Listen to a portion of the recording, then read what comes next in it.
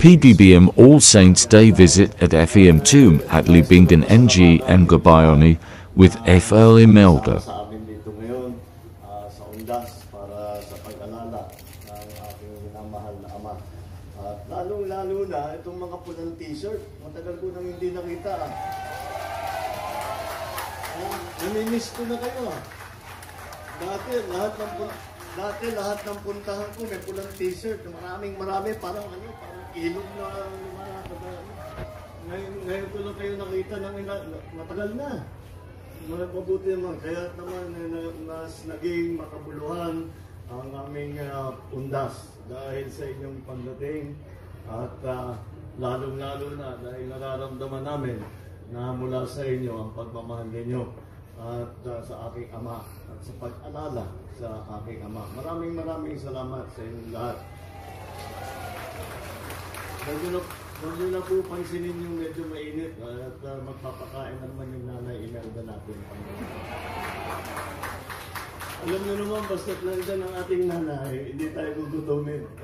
Alam nyo naman lahat yun. Kaya nga, nasisihan po ako nandito kayo. Dahil kahit papano, mahalaga sa amin ang naalala ang aking ama, ang kanyang buhay. Hindi mo maiwasan na may kasamang lungkot na dala yung pag-aalala ngayon. Ngunit kapag iniisip mo mabuti, may katumbas, labis sa katumbas na kasiyahan, na tuwa, na magagandang pag-aalala na kahit papano ay magdadala ng ngiti sa iyong mga labi. Yan po ang naging experience ko sa aking ama. Kaya't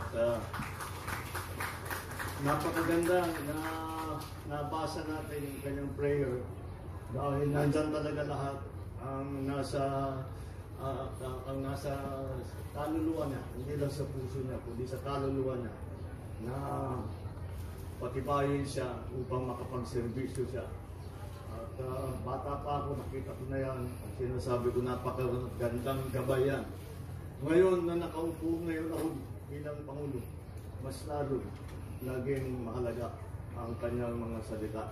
Kaya pagka iniisip ko, alam niyo, pagka meron tayong patay, nakalagay dyan, RIP, rest in peace. Siyempre, yan din ang ginanais natin para sa aking ama. Ngunit hindi sapat na sasabihin lang natin rest in peace.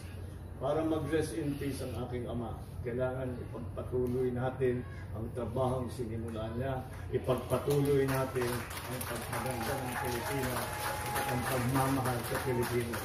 Yan ang magdadala sa ating ama at malalaman natin na tayo, kapag tayo'y naus na, maiisip namin, nung kapanahunan namin, marami kaming nagawang maganda para sa Pilipinas. Maraming salamat sa inyo. Maligayang Undas po.